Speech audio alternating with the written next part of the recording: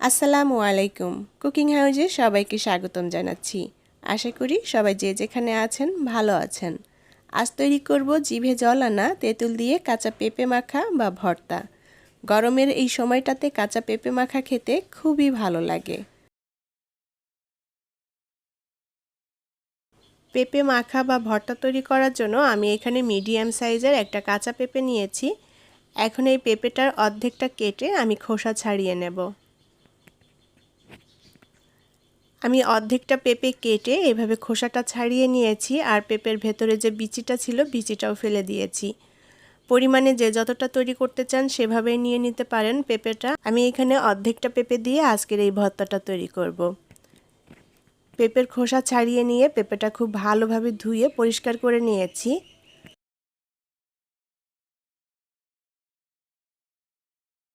এখন এই পেঁপেটা আমি গ্রেটার দিয়ে কুচি করে নেব। চাইলে এটা বটি দিয়েও কুচি করে নিতে পারেন, তবে বটি থেকে গ্রেটারে গ্রেট করে নিলে ভালো হবে। তারপরে আপনাদের যেটাতে সুবিধা সেভাবেই পেঁপেটা কেটে নেবেন।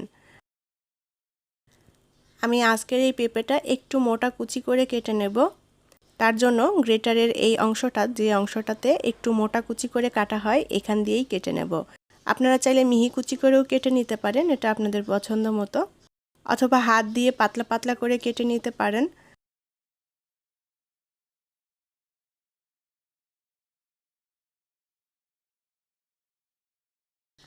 আমি পেঁপে কুচি করে কেটে নিয়েছি। এই কাঁচা পেঁপেটা আমাদের শরীরের জন্য কিন্তু খুবই উপকারী। কাঁচা পেঁপে আমাদের শরীরকে ঠান্ডা রাখে, সতেজ রাখে। গ্যাস্ট্রিকের সমস্যা দূর করতে কাঁচা পেঁপে কিন্তু খুবই উপকারী।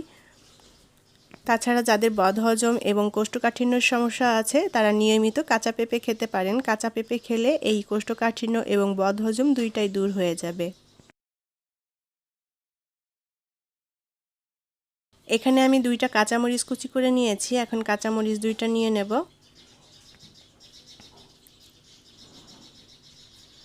মরিচের পরিমাণটা টোটালি আপনাদের টেস্টের উপর নির্ভর করে অ্যাড করে দিবেন, যে যতটা ঝাল খেতে পছন্দ করেন। আর দিয়ে দেব পরিমাণ মতো লবণ। এখন এই কাঁচামরিচটা লবণ দিয়ে একটু ডলে মেখে নেব। এতে করে কাঁচামরিচের ঝালটা ভালোভাবে বের হয়ে আসবে আর খুব সুন্দর একটা ফ্লেভার আসবে।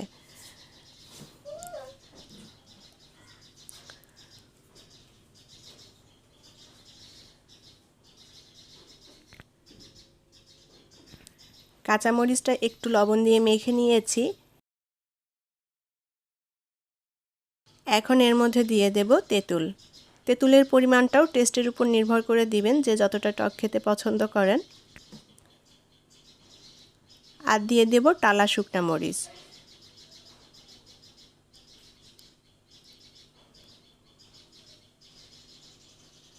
আমি কাঁচামরিচ এবং শুকনো মরিচ দুটোই দিলাম।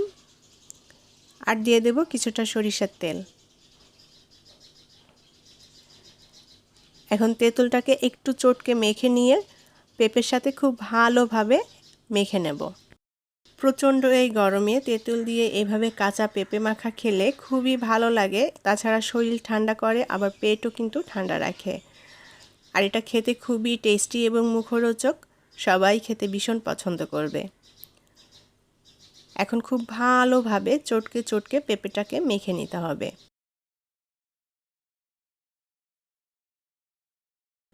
আমার চ্যানেলে এখনও যারা নতুন, চ্যানেলটি সাবস্ক্রাইব করেননি, তারা প্লিজ আমার চ্যানেলটি সাবস্ক্রাইব করে নেবেন এবং পাশে থাকা ছোট্ট বেল আইকনটি প্রেস করে দিবেন।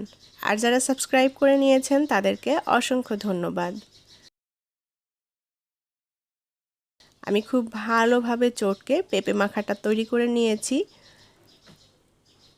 আর দেখেই হয়তো বুঝতে পারছেন কতটা লোভনীয় হয়েছে। এভাবে বাসায় আপনারা পেঁপে মাখাটা তৈরি করে নিতে পারেন, সবাই ভীষণ পছন্দ করবে খেতে।